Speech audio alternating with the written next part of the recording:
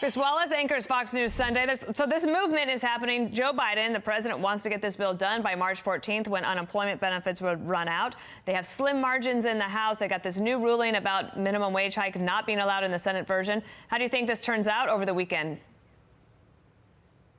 Well, my guess is, and you know, I say this with a certain caveat because the Democratic majority is so small. I mean, they can only afford to lose 2 or 3 votes and pass this bill.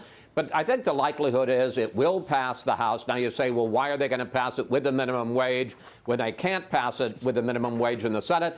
Because Nancy Pelosi, first of all, she needs the votes of those Democrats on the left wing who very much want it.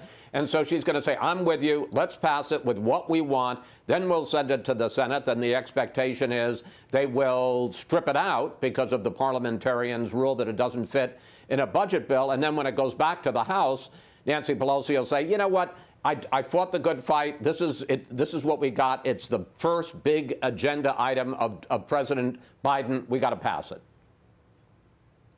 Chris, I know we're talking about politics a lot here. I just wanted to get your quick take, if we could, because we're getting low on time, and the idea of these airstrikes in Syria going after Iranian-backed forces. And, you know, these are forces that were targeting Americans. So on the one hand, you have the Biden administration going after these Iranian-backed forces. You also have the Biden administration trying to negotiate with Iran on this nuclear deal. How do they square this, Chris, in your estimation?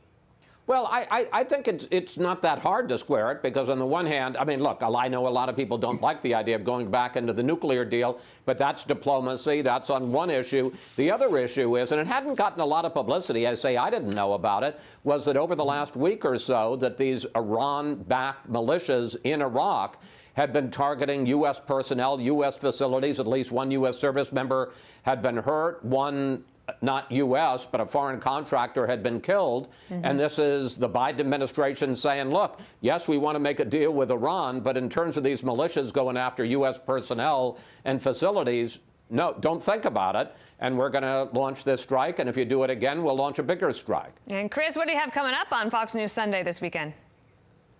Well, you talk about CPAC. We're going to be talking to Senator Rick Scott, Republican of Florida. He's in charge of trying to win the Senate back for Republicans in 2022.